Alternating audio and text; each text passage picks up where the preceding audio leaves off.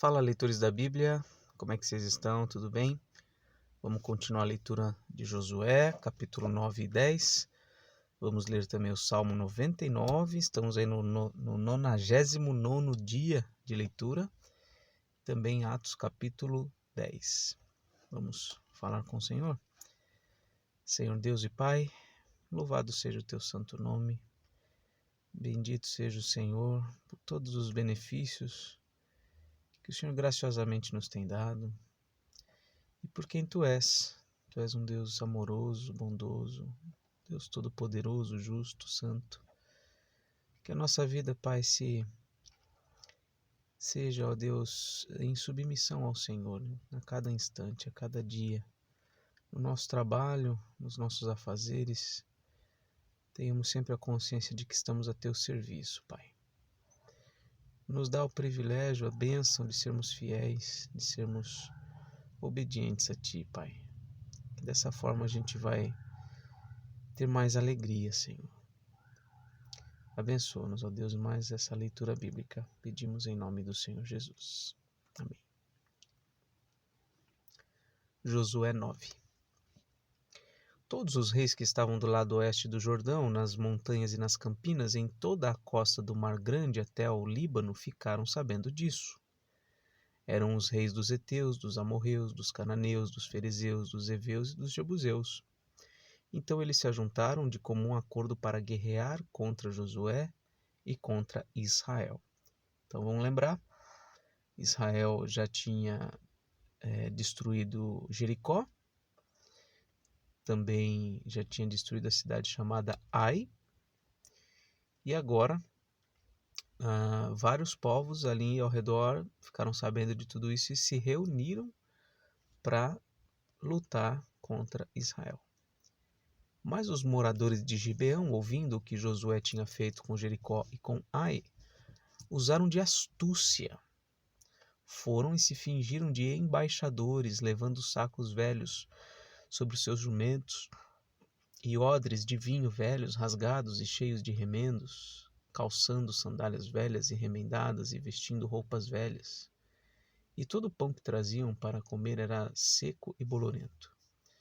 Foram a Josué no arraial em Gilgal e lhe disseram, a ele e aos homens de Israel: Viemos de uma terra distante, queremos que vocês façam uma aliança conosco. Mas os homens de Israel responderam aos heveus: Talvez vocês morem aqui perto. Como podemos fazer uma aliança com vocês? Então disseram a Josué: Somos seus servos. Mas Josué perguntou: Quem são vocês? De onde vêm?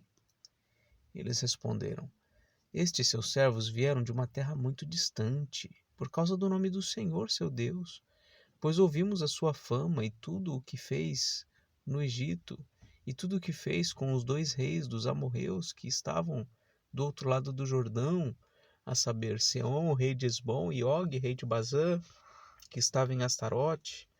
Por isso os nossos anciãos e todos os moradores da nossa terra nos disseram: Levem com vocês alimentos para a viagem e vão ao encontro deles, dizendo: Somos seus servos, façam uma aliança conosco. Este nosso pão nós pegamos em nossas casas quando ainda estava quente, no dia em que saímos para vir falar com vocês, e agora aqui está ele, já seco e bolorento. Estes odres eram novos quando os enchemos de vinho, mas agora já estão rasgados. E essas nossas roupas, essas nossas sandálias já envelheceram por causa da longa viagem. Então os israelitas aceitaram os alimentos deles e não pediram conselho ao Senhor. Olha o ponto aí. Josué concedeu-lhes paz e fez com eles a aliança de lhes poupar a vida. E os chefes da congregação confirmaram isso com juramento. Ao fim de 3 dias, depois de terem feito a aliança com eles, souberam que eram seus vizinhos e que moravam perto deles. Pois partindo os filhos de Israel, chegaram às cidades deles ao 3º dia. E as cidades deles eram Gibeão, Sefira, Beerote e Quiriate Jearim. os filhos de Israel não os atacaram, porque os chefes da congregação lhes haviam jurado pelo Senhor Deus de Israel. Por isso toda a congregação murmurou contra os chefes. Então todos os chefes disseram a toda a congregação: nós juramos a eles pelo Senhor Deus de Israel. Por isso não podemos tocar neles. Isso, porém, lhes faremos. Vamos deixá-los viver, para que não venha grande ira sobre nós, por causa do juramento que lhes fizemos. E os chefes acrescentaram: deixem que vivam. E assim eles se tornaram rachadores de lenha e tiradores de água para toda a congregação, como os chefes lhes tinham dito. Josué chamou os gibeonitas e lhes disse: por que vocês nos enganaram, dizendo que moravam bem longe de nós, quando na verdade moram aqui perto? Agora vocês estão sob maldição, e entre vocês nunca deixará de haver escravos, rachadores de lenha e tiradores de água para a casa do meu Deus. Então eles responderam a Josué: é que foi anunciado a estes seus servos, como certo, que o Senhor seu Deus havia ordenado ao seu servo Moisés que lhes desse toda essa terra e destruísse todos os seus moradores diante de vocês. Tememos muito pela nossa vida por causa de vocês, e foi por isso que fizemos aquilo. Eis que estamos nas suas mãos. Trate-nos segundo lhe parecer bom e reto. Josué fez como tinham dito, e livrou-os das mãos dos filhos de Israel, e não os mataram. Naquele dia Josué os fez rachadores de lenha e tiradores de água para a congregação e para o altar do Senhor até o dia de hoje, no lugar que Deus escolhesse. Veja aí uma aliança que eles fizeram de forma imprudente, precipitada, sem buscar o conselho do Senhor. Eles acabaram se associando com gente mentirosa, com gente que queria tirar alguma vantagem, né? Eles foram enganados. Esse foi um golpe muito inteligente por parte ali daqueles homens. E o povo de Deus caiu. E muitas vezes a gente, por precipitação, por imprudência, a gente acaba fazendo amizades, fazendo alianças, compromissos com gente que não vale nada. E aqui Israel já começa a negligenciar aquilo que Deus havia dito, né? Eles deveriam destruir todo o povo, né? Todas as pessoas que habitavam naquela terra. E aqui já começa, tem aqueles povos ali que eles não poderiam matar, porque haviam feito um compromisso com eles. Quando Adoni-Zedeque, rei de Jerusalém, ouviu que Josué havia tomado a cidade de Ai e havia destruído totalmente, fazendo com Ai e com seu rei o mesmo que havia feito com Jericó e com seu rei, que os moradores de Gibeão tinham feito paz com os israelitas e estavam no meio deles, ficou com muito medo, porque Gibeão era uma cidade grande, tão grande como uma das cidades reais e ainda maior do que Ai, e todos seus homens eram valentes. Só um detalhe aqui, né? Que esse Adoni-Zedeque era rei de Jerusalém. Então, a cidade de Jerusalém já existia antes, bem antes de Israel chegar ali. Por isso, Adoni-Zedeque, rei de Jerusalém, enviou mensageiros a Oão, rei de Hebrom, e a Pirã, rei de Jarmute, e a Jafia, rei de Laquis, e a Debir, rei de Eglon, dizendo: venham até aqui e me ajudem. Vamos atacar Gibeão, porque fez paz com Josué e com os filhos de Israel. Então se ajuntaram 5 reis dos amorreus, o rei de Jerusalém, o rei de Hebrom, o rei de Jarmute, o rei de Laquis, o rei de Eglon. Eles e todas as suas tropas vieram e acamparam junto a Gibeão e atacaram a cidade. Olha só, os inimigos, né, de Israel se juntaram para atacar Gibeão, porque Gibeão tinha feito aliança com Israel, ou Israel tinha feito aliança com Gibeão, e no final das contas Josué e os israelitas socorrem Gibeão, mesmo esse povo aí tendo enganado Israel ainda vai e favorece eles.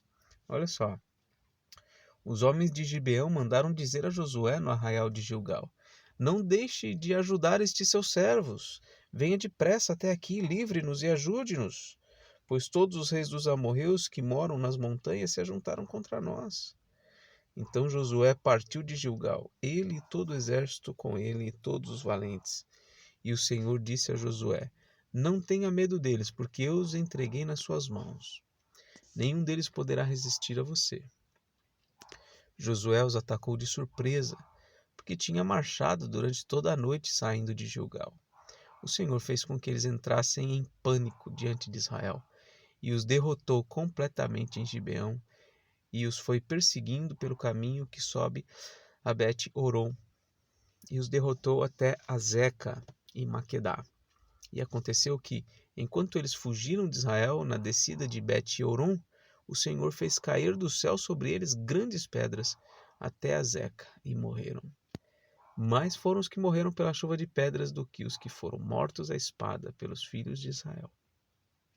Então Josué falou ao Senhor: No dia em que o Senhor entregou os amorreus nas mãos dos filhos de Israel, e na presença dos israelitas ele disse: Sol, detenha-se em Gibeão, e você, lua, pare no vale de Aijalon. E o sol se deteve, e a lua parou, até que o povo se vingou de seus inimigos. Não está isso escrito no livro dos justos? O sol se deteve no meio do céu e não se apressou a pôr-se. Por quase um dia inteiro não houve dia semelhante a este, nem antes nem depois dele, tendo o Senhor assim atendido a voz de um homem, porque o Senhor lutava por Israel. Olha que interessante. Não sei porque que está grifado aqui esse trecho. Deixa eu tentar tirar aqui, que não faz muito sentido. Como é que tira isso?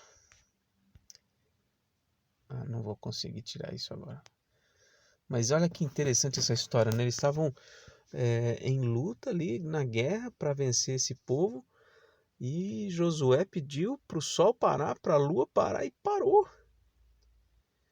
Porque o Senhor lutava por Israel. Ele estava ali, né, lutando por Israel, ou seja, empreendendo uma guerra em favor do seu próprio povo.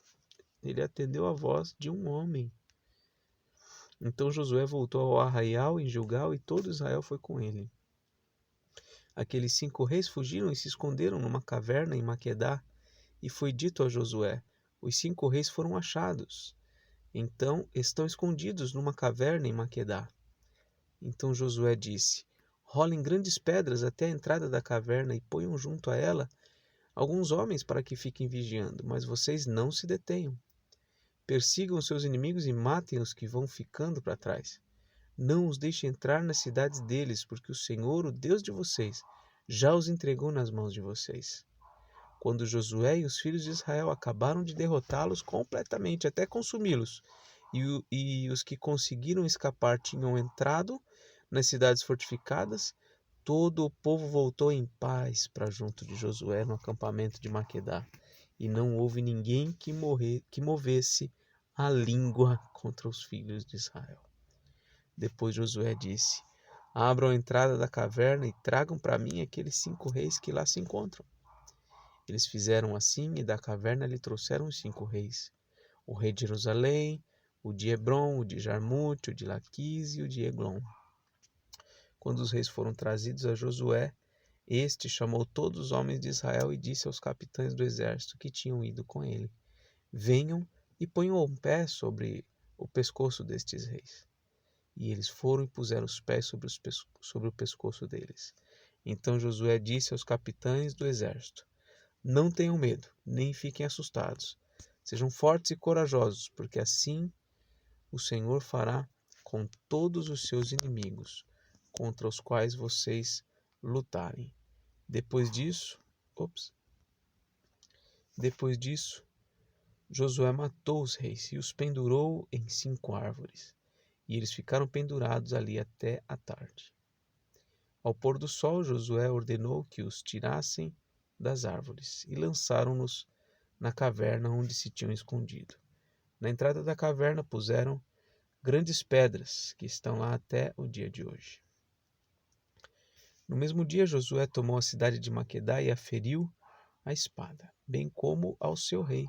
Destruiu-os totalmente e a todos os que nela estavam, sem deixar nem sequer um. Fez com o rei de Maquedá o mesmo que havia feito com o rei de Jericó. Então Josué e todo Israel com ele foi de Maquedá a Líbina e atacou a cidade. E o Senhor a entregou nas mãos de Israel, tanto a cidade como o seu rei, e a feriu a espada, a ela e todos os que nela estavam, sem deixar nem sequer um. Fez com o seu rei o mesmo que havia feito com o rei de Jericó. Então Josué e todo Israel com ele foi de Líbina a Laquis. Cercou a cidade e a atacou. E o Senhor entregou Laquis nas mãos de Israel, que no dia seguinte a tomou e a feriu a espada, a ela e a todos que nela estavam, conforme tudo que havia feito com Líbina. Orão, rei de Gézer, saiu para ajudar Laquis, porém Josué o derrotou, a ele e a seu povo, sem deixar nem sequer um. E Josué e todo Israel com ele foi de Laquis a Eglon. Cercaram a cidade e a atacaram, e no mesmo dia a tomaram, e feriram a espada, e destruíram totalmente os que nela estavam, conforme tudo que havia feito com Laquis. Depois Josué e todo Israel com ele foi de Eglon a Hebrom, e guerrearam contra ela, tomaram a cidade, feriram a espada, tanto o seu rei como todas as suas cidades e todos que nela estavam, sem deixar nem sequer um, conforme tudo que havia feito com Eglon. Josué executou a condenação contra ela e contra todos os que nela estavam. E assim a gente vai vendo, né, que eles estão vencendo várias cidades, estão destruindo vários povos ali. Então Josué e todo Israel com ele voltou e atacou Debir e tomou a cidade com o seu rei, todas as cidades e todas as suas cidades, e as feriu a espada. Todos que nela estavam destruiu-os totalmente, sem deixar nem sequer um.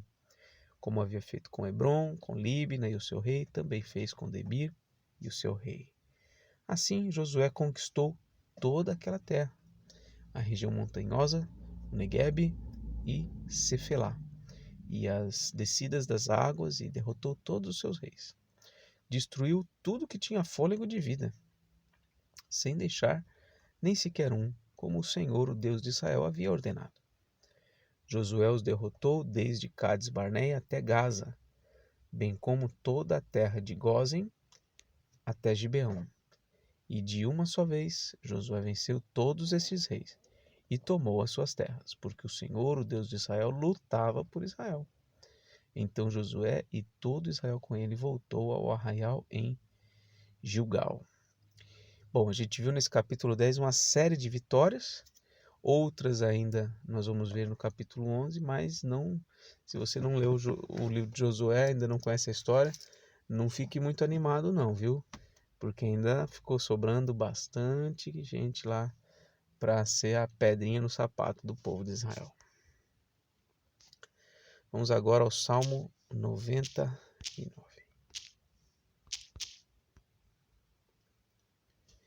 A santidade de Deus. Reina o Senhor, tremam os povos. Ele está entronizado acima dos querubins, abale-se a terra. O Senhor é grande em Sião e está exaltado acima de todos os povos. Celebrem eles o teu nome grande e tremendo, porque é santo. És rei poderoso que ama a justiça. Tu estabeleces o direito, executas o juízo e a justiça em Jacó. Exaltem o Senhor nosso Deus e prostrem-se diante do estrado de seus pés. O Senhor é santo. Moisés e Arão entre os seus sacerdotes e Samuel entre os que lhe invocam o nome, clamavam ao Senhor e ele os ouvia. Falava-lhes na coluna de nuvem, eles guardavam os seus mandamentos. E a lei que lhes tinha dado. Tu lhes respondeste, ó Senhor nosso Deus, foste para eles Deus perdoador, ainda que os tenhas castigado por seus atos. Exaltem o Senhor nosso Deus e prostrem-se diante do seu nome, do seu monte, do seu santo monte, porque santo é o Senhor nosso Deus. Duas vezes aqui nós vemos a declaração, de que Deus é santo. O Senhor é santo no versículo 5 e santo é o Senhor nosso Deus aí no versículo 9. Esse Deus é um Deus perdoador, versículo 8, ainda que castigue os seus filhos por seus atos. O perdão não elimina consequências duras que por vezes nós temos de enfrentar. Embora Deus nos perdoe, Ele nem sempre nos livra das consequências. Então precisamos lembrar disso. E agora Atos capítulo 10.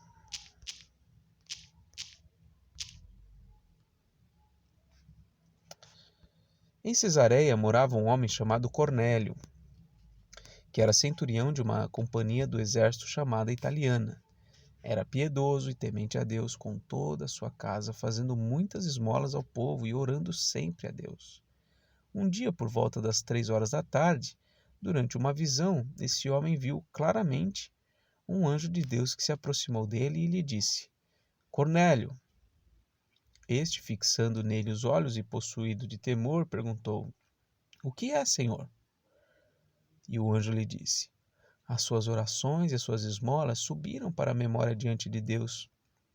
Agora, envie mensageiros a Jope e manda chamar Simão, que também é chamado de Pedro. Ele está hospedado com Simão Curtidor, cuja residência está situada à beira-mar. Logo que o anjo que lhe falava se retirou, Cornélio chamou 2 dos seus servos e um soldado piedoso dos que estavam a seu serviço e depois de lhes explicar tudo, mandou que fossem a Jope. No dia seguinte, enquanto eles viajavam e já estavam perto da cidade de Jope, Pedro subiu ao terraço por volta do meio-dia, a fim de orar. Estando com fome, quis comer, mas enquanto lhe preparavam a comida, sobreveio-lhe um êxtase.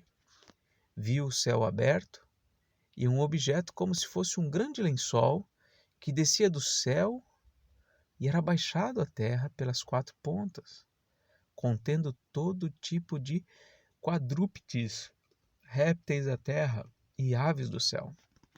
E ouviu-se uma voz que se dirigia a ele: Levante-se, Pedro, mate e coma.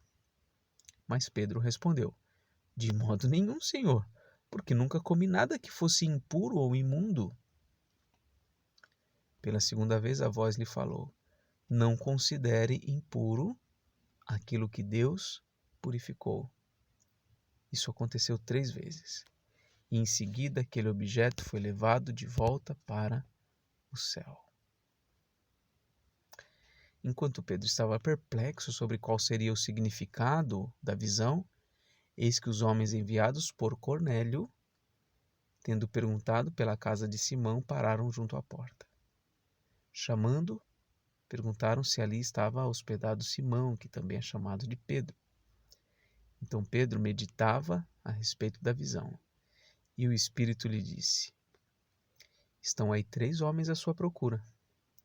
Portanto, levante-se, desça e vá com eles, sem hesitar, porque eu os enviei. Então Pedro desceu e disse àqueles homens: Eu sou a pessoa que vocês estão procurando. O que os traz até aqui?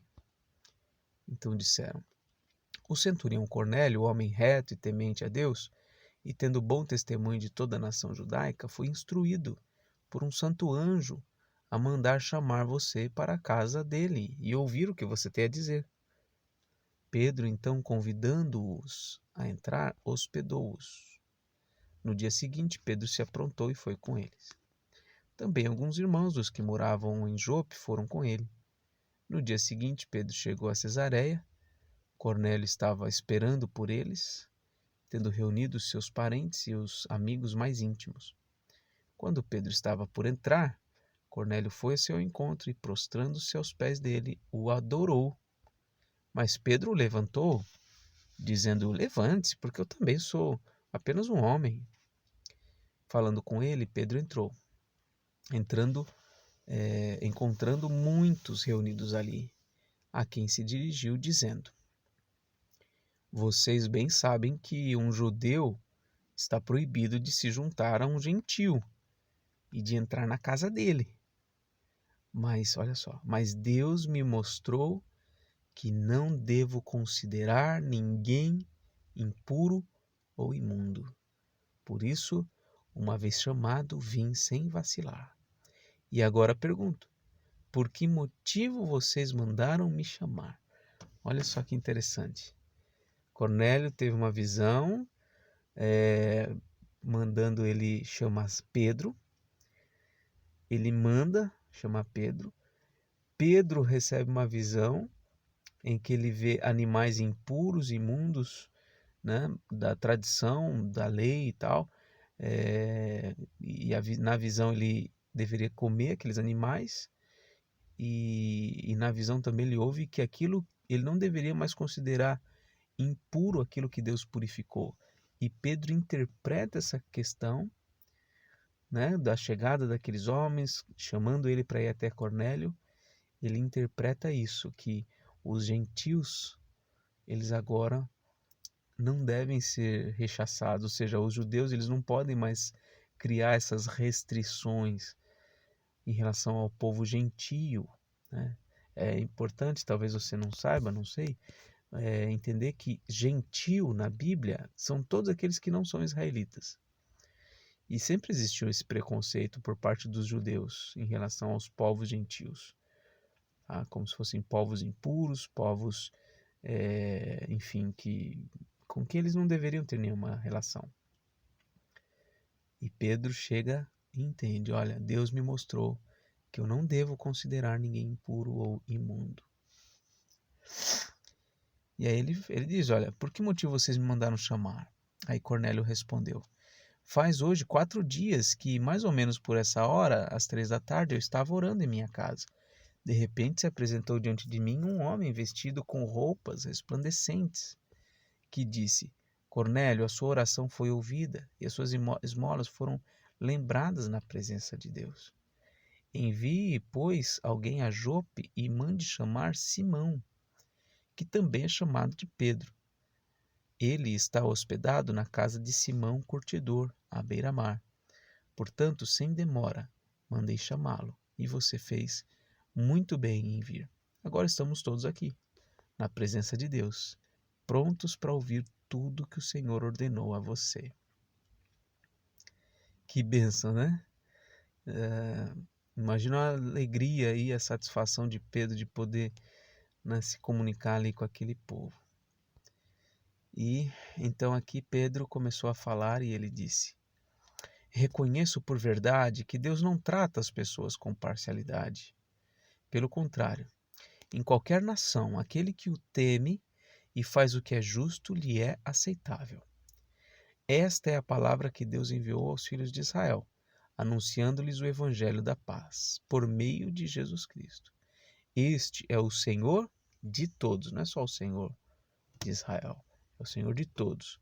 Vocês sabem o que aconteceu em toda a Judéia, tendo começado na Galiléia depois do batismo que João pregou, como Deus ungiu a Jesus de Nazaré, com o Espírito Santo e com poder. Jesus andou por toda parte, fazendo o bem e curando todos os oprimidos do diabo, porque Deus estava com ele. E nós somos testemunhas de tudo o que ele fez na terra dos judeus e em Jerusalém. Depois eles o mataram, pendurando-o num madeiro. Mas Deus o ressuscitou no 3º dia e concedeu que fosse manifesto, não a todo o povo, mas às testemunhas que foram anteriormente escolhidas por Deus, isto é, a nós, que comemos e bebemos com ele depois que ressurgiu dentre os mortos. Jesus nos mandou pregar ao povo e testemunhar que ele foi constituído por Deus como juiz de vivos e de mortos. Dele todos os profetas dão testemunho de que por meio do seu nome, todo o que nele crê recebe remissão dos pecados. E aí olha o que aconteceu, versículo 44. Enquanto Pedro falava estas palavras, o Espírito Santo caiu sobre todos os que ouviram a mensagem. E os fiéis que eram da circuncisão, que tinham vindo com Pedro, admiraram-se, porque também sobre os gentios foi derramado o dom do Espírito Santo, pois eles os ouviam falando em línguas e engrandecendo a Deus. Então Pedro disse: será que alguém poderia recusar a água e impedir que sejam batizados estes que, assim como nós, receberam o Espírito Santo? E ordenou que fossem batizados em nome de Jesus Cristo. Então lhe pediram que permanecesse com eles por alguns dias. Nós vemos ao longo do livro de Atos quatro manifestações especiais do Espírito Santo. E cada uma dessas quatro marcam um novo grupo sendo admitido no povo de Deus. O primeiro foi lá em Jerusalém mesmo, na descida do Espírito Santo. Ali vem o Espírito Santo sobre judeus puros, né? Os discípulos ali, os apóstolos, toda aquela comunidade ali, os judeus puros, vem o Espírito Santo sobre eles. O segundo momento é em Atos, se não me engano, agora eu vou falhar aqui o capítulo, mas onde é a conversão dos samaritanos. Né? Lembra que Filipe pregou em Samaria, e aí vem os apóstolos, e vem então, eles impõem as mãos, e vem o Espírito Santo sobre os samaritanos. Os samaritanos não são judeus puros. Eles são um povo misturado, eles são judeus, mas são misturados. Por isso que tinha até preconceito em relação aos samaritanos. Então, primeiro grupo, judeus puros. Segundo grupo, judeus misturados, que são os samaritanos. Agora, o terceiro grupo, representado aqui por Cornélio, é o grupo de gentios, mas que eram tementes a Deus, que tinham alguma familiaridade ali com a fé judaica, né? Eles faziam esmolas, faziam orações, etc, etc. Então, no caso, representado aqui por Cornélio. Então, é um novo grupo sobre o qual o Espírito Santo está descendo. E aí, o próximo vai ser, se não me engano, em Atos 19, quando o Espírito Santo vem sobre gentios puros, ou seja, gentios que não tinham nada a ver mesmo com o Evangelho, não tinha nada a ver com a fé judaica. E isso mostra, então, a abrangência do reino de Deus se espalhando. E essas manifestações especiais do Espírito Santo são pontuais. São pontuais. A gente vê a manifestação do dom de línguas naquela primeira. Em Samaria, se eu não me engano, não aparece, pelo menos não aparece escrito, né, que teve o dom de línguas. Aqui em Cornélio, sim, aparece aqui no versículo 46, que eles falaram em línguas, né, em idiomas. Em Atos 19 eu não estou me recordando agora se aparece, talvez apareça, porque eles estão num contexto fora de Jerusalém, fora de toda aquela região, né? Então isso é importante a gente entender. Tudo isso é intencional por parte de Deus. Deus está executando um plano de expansão do Evangelho e marcando essa expansão com evidências do Espírito Santo, tá? Mostrando que realmente ele está expandindo. E depois que vem essa manifestação especial em Éfeso, se não me engano em Éfeso, em Atos 19, a gente não vê outra narrativa nesse sentido, né? Embora Paulo pregou o evangelho em vários lugares, plantou igrejas em várias cidades, a única igreja de várias igrejas a quem Paulo escreve, né, que são cartas do Novo Testamento, e que ele escreve e menciona a questão do dom de línguas, é a cidade de Corinto, é a igreja de Corinto. que era uma igreja portuária, aliás, uma cidade portuária, perto do mar, muitos marinheiros, muitos estrangeiros por ali, talvez frequentando a igreja. Então fazia sentido, de fato, ali a manifestação do dom de línguas em Corinto. Mas você não vê a menção do dom de línguas em nenhuma das outras cartas, nem Romanos, nem Colossenses, nem Filipenses, nem mesmo na carta de Paulo aos Efésios. Então é para a gente refletir algumas essas questões, tá? Não quero, volto a dizer, né? Não quero deixar nenhum irmão desconfortável, né, em relação a sua fé, né? Tem irmãos pentecostais que têm acompanhado essa leitura bíblica. Eu não quero de maneira nenhuma, enfim, dissuadir ninguém das suas convicções, mas a gente precisa submeter as nossas convicções ao crivo da palavra de Deus, né? De maneira nenhuma a gente pode negar que houve a manifestação do dom de línguas. Isso é muito claro na Escritura. Deus se manifestou poderosamente através desse dom de línguas. Mas me parece, pela Escritura, que esse dom teve uma aplicabilidade naquele contexto de expansão do Evangelho do Reino pelas nações, né? Esse dom de línguas facilitou ali a expansão do Reino de Deus. Não me parece que hoje, pelo menos eu não tenho conhecimento de pessoas, né, falando em novos idiomas o Evangelho, pregando o Evangelho em outros idiomas, de modo que estrangeiros entendam, né? Geralmente existe a glossolalia, que é, enfim, o que chamam de língua dos anjos. Mas aí quando a gente for ler 1 Coríntios 13, a gente fala sobre isso, a língua dos anjos. Muito bem, terminou? Acho que sim, né? Ah, sim, eles foram batizados. Depois que receberam o Espírito Santo, então receberam o sinal do batismo. E assim termina a nossa leitura de hoje. Um forte abraço e até mais, se Deus quiser.